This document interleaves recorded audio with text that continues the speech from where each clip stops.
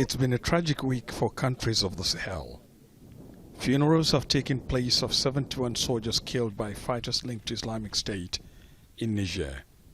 It's the biggest loss ever suffered by the country in a day, and its president promised the country will not forget their sacrifice.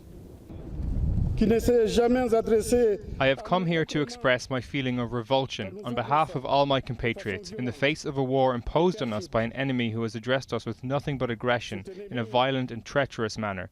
This enemy took 71 of the nation's valorous children. In neighboring Nigeria, Boko Haram fighters executed 4 aid workers kidnapped in July. In Mali's capital Bamako, a national dialogue is underway. It's struggling with ethnic violence and the threat of armed groups in the north. Over the next 1 week, delegates in this hall will try to discuss issues that are threatening to tear Mali apart. Organizers hope that whatever is resolved will help bring peace to the country. But the major problem is the absence of people central to Mali's problems, including the armed groups, as well as a political opposition that is angry about the conduct and outcome of last year's presidential election.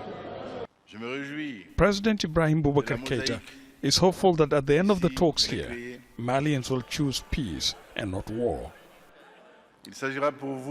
It will be a question for you to examine the country to see where the evil comes from and how to treat it. You are a force of suggestion, and the country will expect that this meeting will improve the situation.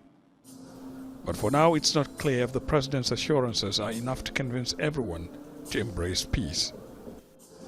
There is anger and frustration on the streets in reaction to the ongoing violence in the region despite the presence of international troops.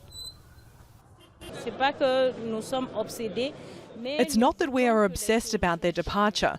What we want is a change of tact and policy. There's so much killing, so many orphans and widows. Enough is enough. Despite the presence of international forces, attacks continue.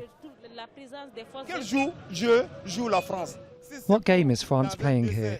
If it's to entrench neocolonialism, then we say no. In that case, it should go.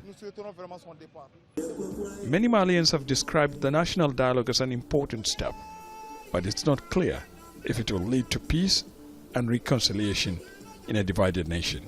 Ahmed, Idris, Aljazeera, Bamako.